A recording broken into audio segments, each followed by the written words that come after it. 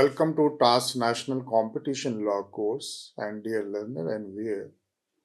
During the last two lectures, we have discussed the extraterritorial application of competition remedies in European Union. If we can recall the last two lectures, what we did, we first tried to understand the introduction and overview of the competition remedies in European Union. And we established this fact that the 75 years of working of the extraterritorial application of competition remedies in European Union has been a case which deserves to be replicated in other jurisdictions of the world. And we have also seen that how the European community, right from 1957 down to this day, happens to accommodate, amend, modify European Economic Community Article 85 and 86 and one Article 101 and 102 of Treaty on Functioning of European Union in matters of restrictive agreement and the prohibition of the abuse of dominant position. We also refer to the European Council's Regulations number 17 passed in 1962 for the implementation of Article 85 and 86 of the European Community Treaty 1962. And then we try to see that how during the last 5 decades of the working of the European Council Union 1962 regulation have been very significant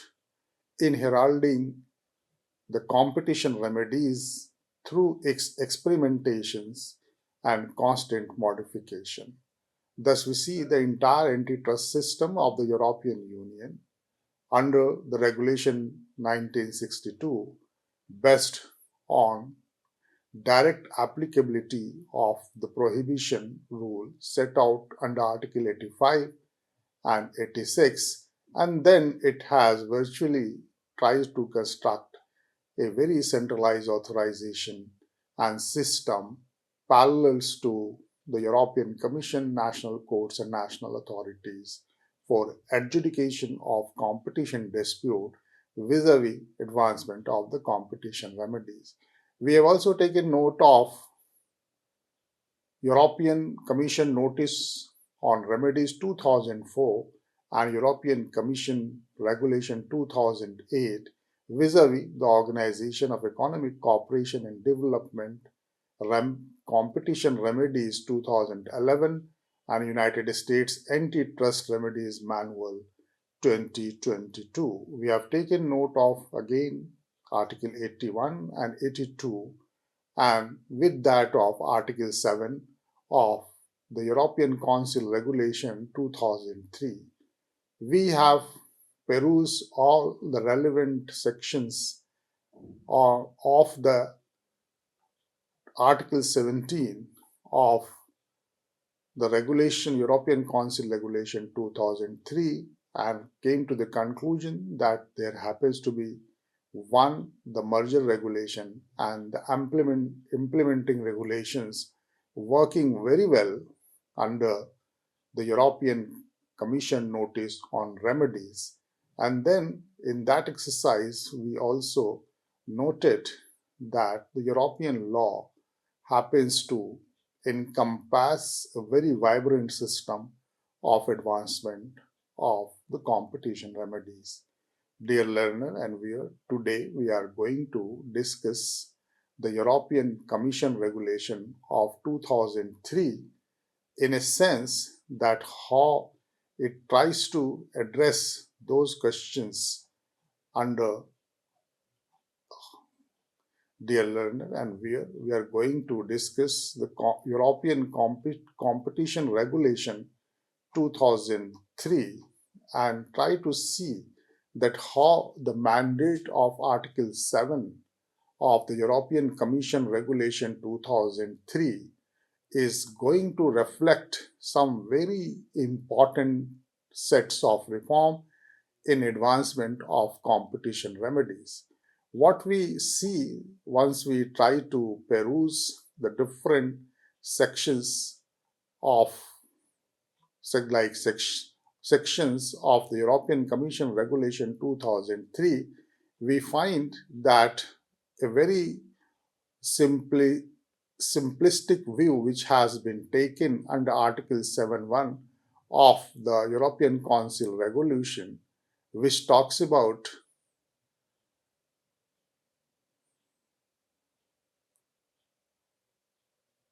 we have already we have already analyzed Article 7 of the European Council Regulation of 2003, and we have seen the fact that the European Commission, under the mandate of Article 7 of the European Commission Regulation 2003, sets primarily the structural and the behavioral remedies in due proportion, applying the doctrine of proportionality and the infringement which are to be addressed under the competition remedies. We also refer to, in this regard, the the sections and subsections, meaning thereby we have noted section A, section 2A, section 2B, section 3A, and section 3B. Then again, what we are going to see that how under the mandate of Article 7, subclause 1 of the European Commission Regulation 2003 reflected a new sets of reform in the competition remedies, and that reforms primarily encompasses the five major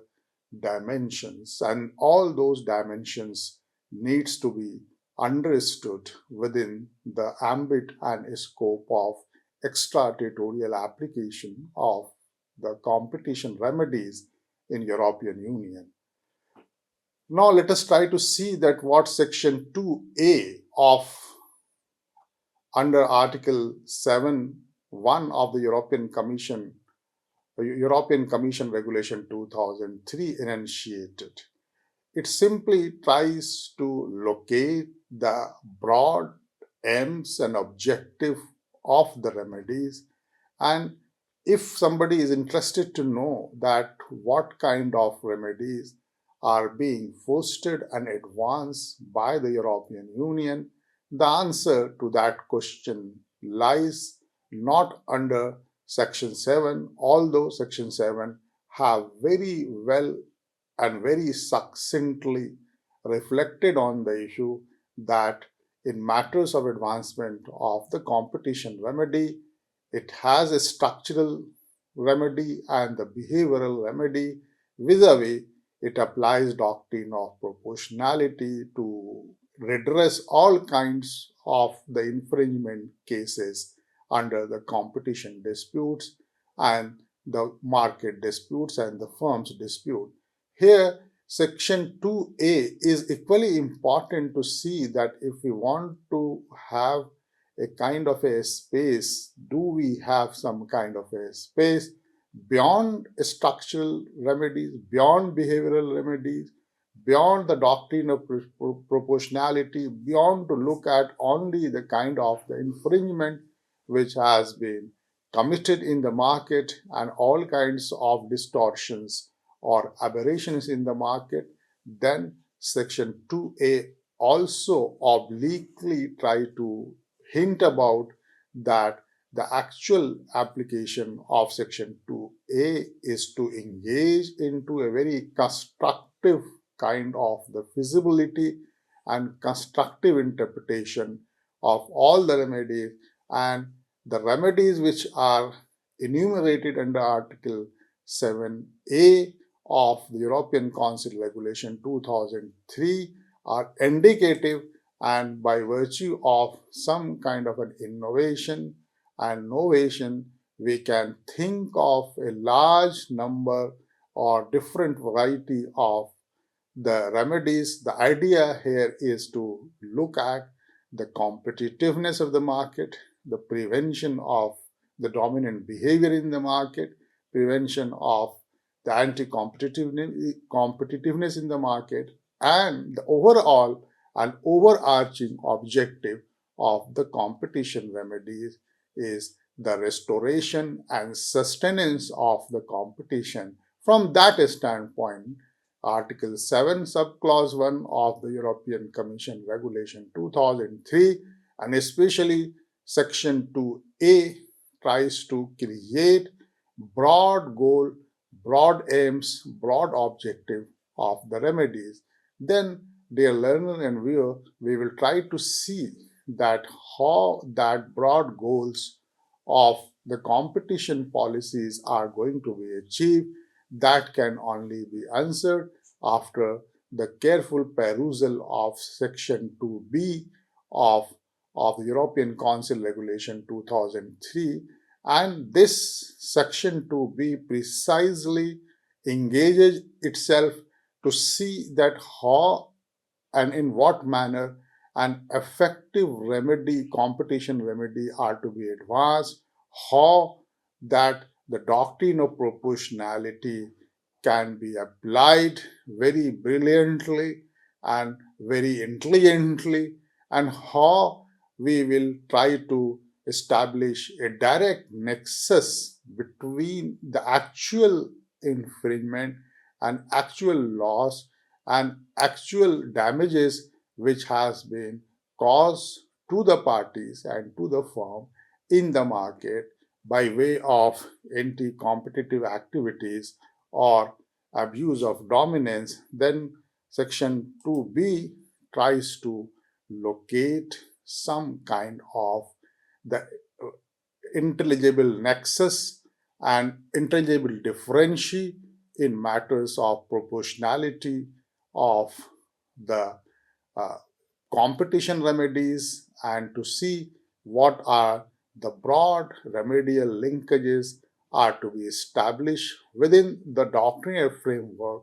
of the competition remedy, within the aims and objective of the competition remedies, which are thrown open to innovation, novation, and reinvention, and have a very harmonious and a liberal kind of a interpretation and construction of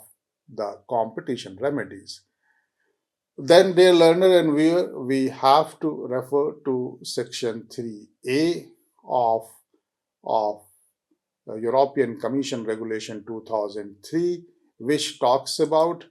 can we come out of the pounds and shells of the structural remedies? Can we try to cross that primordial wall which has been constructed by the behavioral remedies? Can we escape out from the very dominant rule of the doctrine of proportionality in matters of adjudication of competition remedies, or can we have a kind of the system of linkages which is subservient to the proportion and the actual infringement, the damages? Can we design some kind of the competition remedies, and can we try to monitor that aberrations and distortion and in the market from a very critical and creative point of view, and can we suggest the new sets, the new catena, the new benchmarking, and new standards of dealing the competition remedies? That kind of concerns has been laced under section 3a. Now, section 3a, what it says in reference to the general market situation of the goods and services, the producers and the buyers, whereas section 3b used to talk specifically about the information asymmetries. It talks about the flow of the information. It talks about the blockage of the information. It talks about the information and communication technology. It talks about all those issues relating to the effectiveness, the proportionality, the remedial linkages, and the problem of competition remedies more focus in terms of digital market or the digital market environment and ecosystem. Those things are well taken care of under Section 3B. Then we talk of Section 3C, and the Section 3C again is having the same kind of a concern, which has been raised under Section 3A, 3B, and the concern is that in the entire remedial process, in the entire remedial procedure, in the entire remedial vision and the remedial mission, can competition remedies be got stuck in the more iterative process, or we can have a kind of a separate, or we can have an independent and autonomous remedial process and the system. And thereby what we see that Section 3C that way is very important, but again it has been linked to Section 2B, which have directly talked about some very creative construction and interpretation of the competition remedy. The third C is also falling in the same line and bears some consonance and some similarity to look at the entire remedial process beyond iterative process or iterative kind of a system. And then lastly, dear learner and viewer, if we try to see the broad mandate of Article 7.1 of the European Commission Regulation 2003, the third D is something again devoted to the difficulties and the practical dimensions and the pragmatic sides of the implementation of the competition remedies under not only under Article 7A, not only under Article Section 3B of the European Council regulation, but it takes one step further and try to see some of the parallel and analogous provisions which are being laid down in the Digital Market Act. So actual hurdles and hiccups which are haunting the antitrust remedies or the competition remedies in a digital market, to what extent a slew or the savory mixture of Article 7.1 of the European Council regulation vis-a-vis the Section 3B and vis-a-vis the Section 3D can combine the law, which is very specific on the Digital Markets Act, in matters of the competition law, enforcement, and advancement of remedies. After analysis of these provisions, what we find, dear learner, that what has been set in the European Commission Regulation 2003 in terms of Article 7.1, in terms of Article Section 2A, in terms of Section 2B, in terms of Section 3A, in terms of Section 3C, and in terms of Section D, which tries to take into consideration the variety of the problems and the variety of the dimensions in matters of advancement of the competition remedies. We then have to engage ourselves very carefully as to what are the practical difficulties and what are the pragmatic approach, and how we can have a kind of an strict, or what you can say, a stringent regime of the competition remedies, and how the European Commission indulged into a kind of a creative legal exercise in redesigning the entire discourse or the entire corpus or the uh, entire entire standards of the remedies which have been visiting under this law. In that situation, there happens to be two situations. The one situation is that the one issue can be tackled within the legal framework which we have discussed with you is to take more a structural approach to the remedies to tackle all kinds of market situation. And in the previous lecture also you can recall very well that if in comparison to the behavioral and the structural remedies, we the scholar used to favor the very precise and succinct approach of a structural remedies, a competition remedies, and then when again we reach to the same conclusion to the fact that the one solution is that we should address the entire issue of the competition remedies within the parameters of a structural remedies. The another solution happens to be that we can take we should try to make the competition remedies, the entire process more iterative as it has been mentioned under section 3C, and then we have to place some degree of reliance on the iterative process of competition remedies, and the complete picture in this case emerges out of that once we discuss the Digital Market Act alongside what has been mentioned under